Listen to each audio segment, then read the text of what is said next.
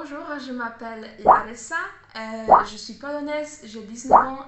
En ce moment, je vis à La Roche-sur-Yon en Vendée. Mer, montagne, pierogi, c'est un type de un peu ravioli avec de la viande dedans ou des légumes. Des ostypki, c'est un peu un fromage, un fromage à la base du lait de brebis fait dans les montagnes polonaises. Et le dernier, ce sera Varsovie. C'est la capitale de Pologne. À vrai dire, j'ai l'impression qu'il n'y a pas vraiment beaucoup de différences. On est pareil, on est un peu pareil. À part de mes parents. Pierogi. J'adore la nourriture. Pierogi sont juste des raviolis, mais je sais pas, ils sont plus spéciaux. J'ai pas l'impression que c'est vraiment vendéen, mais j'adore cette tarte au citron meringuée et je sais pas, je l'adore.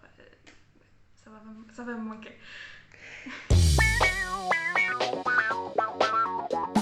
Je dois dire que on est en pleine pandémie, donc c'est ce qui me gêne, ce sont les restrictions où genre je peux pas sortir quand je veux.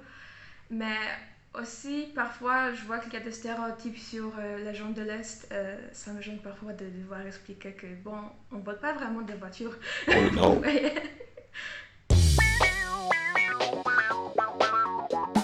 J'ai étudié la langue française au lycée et je pensais que bon, ce sera cool de voir comment ça se passe dans la vraie vie, la culture, la langue, l'argot.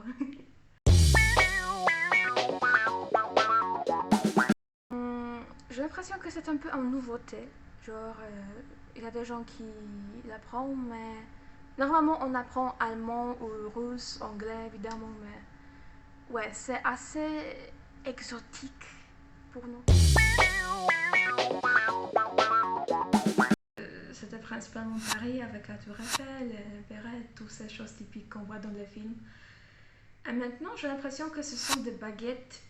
Ça sent un peu bizarre, oui, mais je vois beaucoup de gens les acheter le matin quand je vais au travail.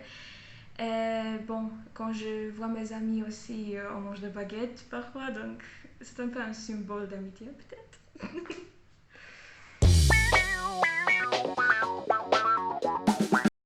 Hmm, oui, si je m'en souviens bien, Pologne est entrée en l'Union européenne quand j'avais 3 ans.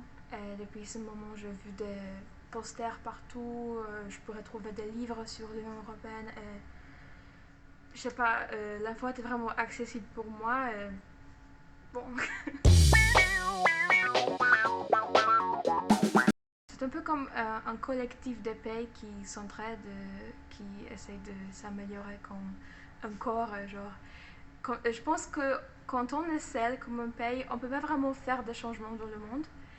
Mais quand on travaille en tant qu'un collectif de 27 pays en ce moment, bon, ça change beaucoup.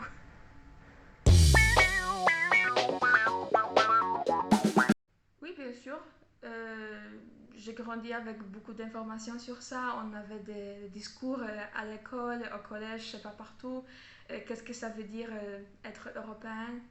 Euh, je sais pas comment expliquer, mais oui, j'ai l'impression de faire partie d'une chose plus grande que je ne pense.